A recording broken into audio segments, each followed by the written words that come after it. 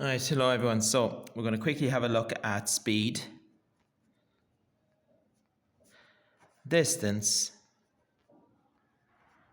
and time. So, as you're aware, these form a critical part of your physics in science, junior cert science. So let's have a look at how they're related.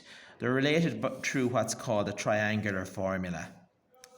So imagine drawing a triangle, splitting it in half across the ways horizontally, and then splitting the bottom half vertically. Okay, and in this little box, we're just going to put speed. The top box, we're going to put distance. And this box, we're going to put time. And this is our speed, distance, time formula. And how it works is very simple. Speed is equal to distance divided by time. Time is equal to distance divided by speed. And uniquely, distance is equal to the product, the multiplication of the other two, speed by time. So as you can see, we have two divisions and a multiplications. Now, how do they work when you're using the triangle? That's very simple. Cover speed. Speed is equal to distance divided by time. Distance over time. That's a fraction. If you put a number in on the top of the fraction, a number in on the bottom of the fraction that correspond to distance and time, you will get speed out. Similarly, time, cover time. Another fraction, distance over speed. Distance over speed is the same as distance divided by speed. And cover distance, they're side by side, so that's multiplication. Speed times time. Okay, so listen, I'm going to do a few of these for you just to see how you get on. So here's the first one. James travels 800 kilometers in 5 hours. What is his speed? Okay, so let's have a look. We have distance and we have time. Distance and time. So let's work this out. Speed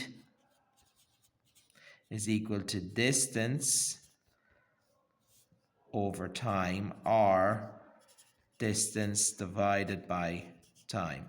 So let's work this one out.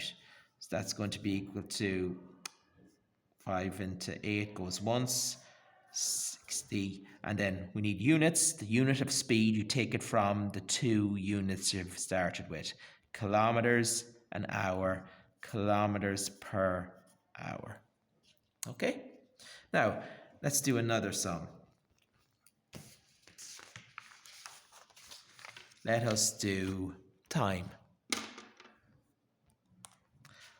How long will it take Mary to travel 80 kilometers at a speed of 25 kilometers per hour? So let's work this out. So we're looking now for how long will it take. That's time. And we cover time, it's distance over speed, or distance divided by speed. So we're looking for time is equal to distance. We have 80 kilometers over 25 kilometers an hour, or 80 divided by 25. Now let's work this one out. Use your calculator. It's so important to use your calculator. So let's use our calculators here. 80 divided by 25 is 3.2 hours. Now, this is where it's going to get fun. So let's write down 3.2. The time is 3.2 hours. Now the problem is nobody ever talks about 3.2 hours. So let's work out what 0.2 of an hour is. That's 3 hours and 60 minutes times 0.2. So that's 3 hours and 60 minutes multiplied by 0.2, 12 minutes. That's how long it took her. Okay? So that's how you can convert your decimals into minutes. You multiply the decimal part, just the decimal part, by 60. Okay? Now let's try one more.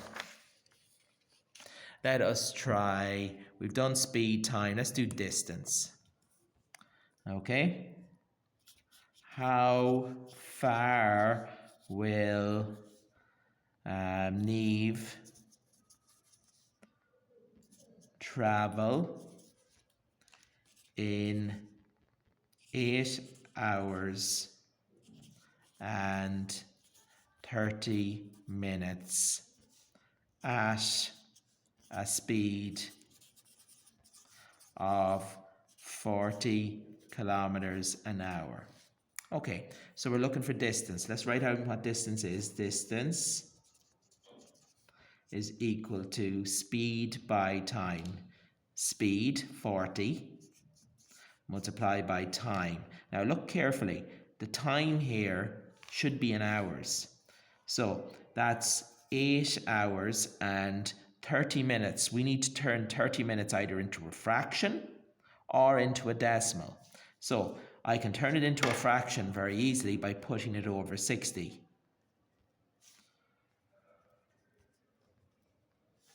Or 40 multiplied by, turn it into a decimal, 8.5. So I'll do it both ways. So I hope you can see this. 40, I'll do it this way first.